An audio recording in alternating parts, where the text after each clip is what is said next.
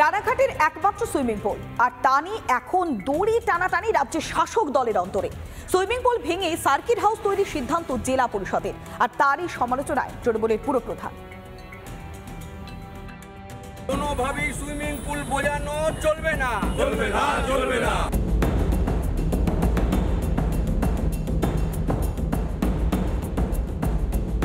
বাম আমলে তৈরি হয়েছিল সুইমিং পুল, অভিযোগ এখন সেটা বুঝেই চলছে প্রশাসনিক ভবন তৈরির তোড়জোড়। 2005 সালে সিপিএম সাংসদ অলোকেশ দাসের উদ্যোগে পড়ুয়াদের খেলাধুলায় উৎসাহ দিতে তৈরি সুইমিং পুল ঘিরে নয়া বিতর্ক। সুইমিং পুলের জায়গায় এবার প্রশাসনিক সার্কিট হাউস তৈরির উদ্যোগ নেওয়া হচ্ছে। এখানে একটা স্পোর্টস কমপ্লেক্স এবং সুইমিং পুল, সেটা পুরসভাকে দেওয়া হয়। ওখানে এখন ব্যাঙের চাষ হচ্ছে।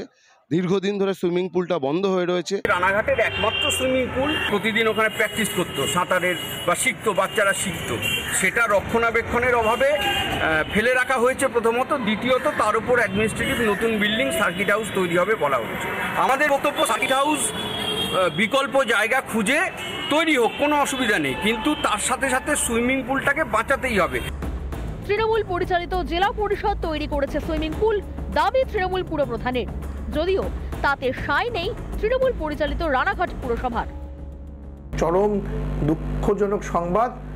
আমরা রানাঘাট পৌরসভা ওটা নতুন করে সাজিয়ে তুলে চালু করে দেওয়ার জন্য প্রস্তুত আছি। যেটা জেলা পরিষদ করছে, জেলা পরিষদের নিজস্ব জায়গা, এটা সার্কিট হাউস হয়েও যা জায়গা আছে, সুইমিং পুলটা যদি আলাদা করে ঘিরে দেয় ওর কোনো সমস্যা হবে না।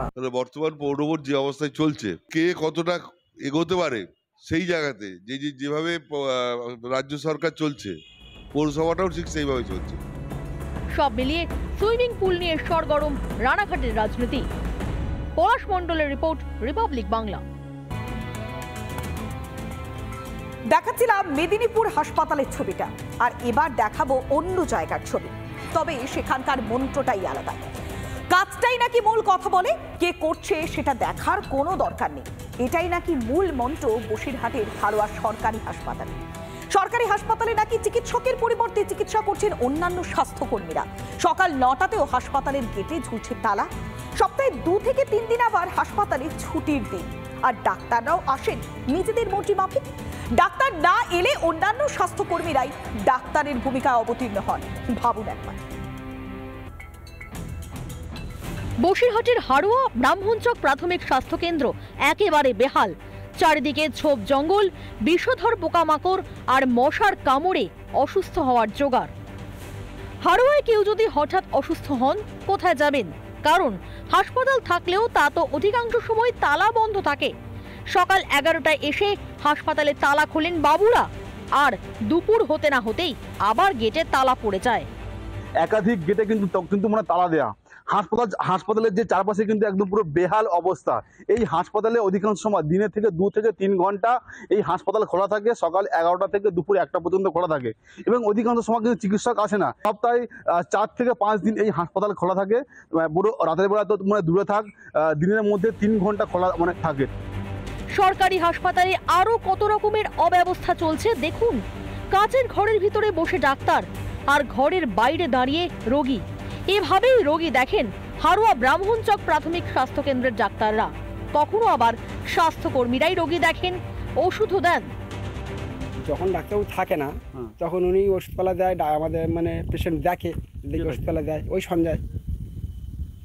সন্ধ্যায় কোন ডিপার্টমেন্ট আছে মানে? না, ডিপার্টমেন্ট কথা বলতে পারছি তা বলতে পারবো না কোন গ্রুপে। রাজ্যের দিকে দিকে সরকারি হাসপাতালগুলিতে অব্যবস্থার ছবি সামনে উঠে আসছে।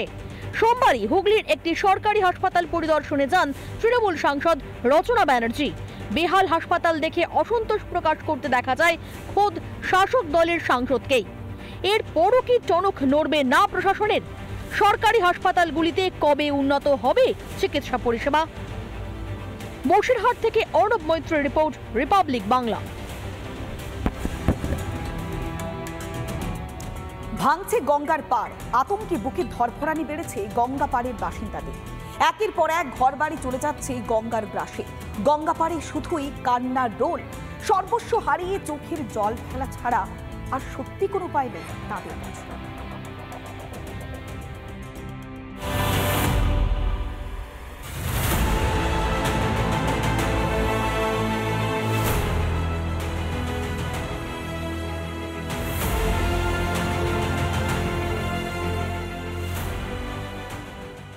মুর্শিদাবাদে লাগাতার গঙ্গা ভাঙন।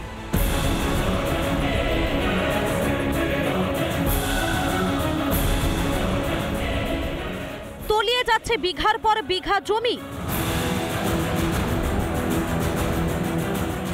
প্রতি বছরই গঙ্গা ভাঙনে ভিটে মাটি হারায় অসংখ্য মানুষ। ভাঙন রোধ করতে নদীর পাড়ে বালির বস্তা ফেলে প্রশাসন, তারপরেও অবস্থার কোনো পরিবর্তন হয় না, ক্রমাগত ভাঙতে থাকে পাড়। সোমবারই গঙ্গায় তলিয়ে যায় শমশেরগঞ্জের প্রায় 50 মিটার জমি, তলিয়ে যায় বাড়িও। প্রতি বছরই এমন দৃশ্যের সাক্ষী থাকে শমশেরগঞ্জের গঙ্গাপাড়ের বাসিন্দারা। আমার হাত বরাবর এই জায়গায় ছিল লক্ষ্মী মন্দির, কালী মন্দির, সেটাও কিন্তু গত বছর গঙ্গা গর্ভে বিলীন হয়ে গেছে। আর এখানে লক্ষ্মী পুজো, কালী পুজো হয় না। এই গ্রামটাই গঙ্গা একেবারে গিলে নিচ্ছে, একেবারে গঙ্গার পাড় ভেঙে গেছে, বিধ্বস্ত পরিবেশ, সাধারণ মানুষরা কান্নায় ভেঙে পড়েছে বলা যেতে পারে। কোথায় যাবে অসহায় পরিবারগুলো? প্রশাসনের তরফে কোনো সুরাহা না মেলার অভিযোগ বাসিন্দাদের। আমাদের তো কিছু নেই, সব শেষ হয়ে গেছে। আতঙ্ক মানে আমরা কিছু ঘর থেকে বের করতে পারিনি।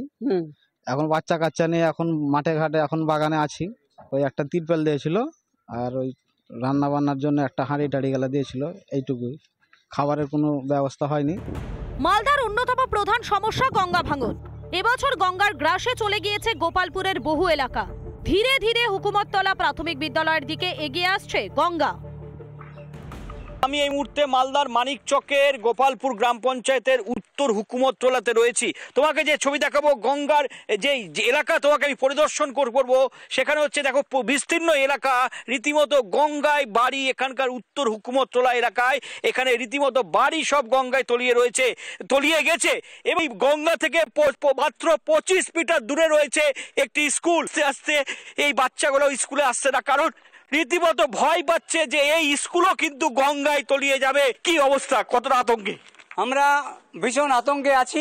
যে কোনো সময় গঙ্গায় আমাদের স্কুল 25 মিটার মাত্র দূরে অবস্থিত, যে কোনো সময় বিলীন হয়ে যেতে পারে আমাদের বিদ্যালয়। ছাত্র সংখ্যা কমে গেছে। আমরা চাচ্ছি সরকারি থেকে কোনো ব্যবস্থা হোক গঙ্গা বাঁধনের জন্য আর স্কুলটা শিফট করার জন্য। গঙ্গা ভাঙনের কি কোনো স্থায়ী সমাধান নেই? বালির বস্তা তো কোনোদিন স্থায়ী সমাধান হতে পারে না। গঙ্গা ভাঙন রোধ করতে কবে তৎপর হবে প্রশাসন? আর যারা ভিটেমাটি হারালেন তাদের পুনর্বাসনের কথা কবে ভাববে রাজ্য?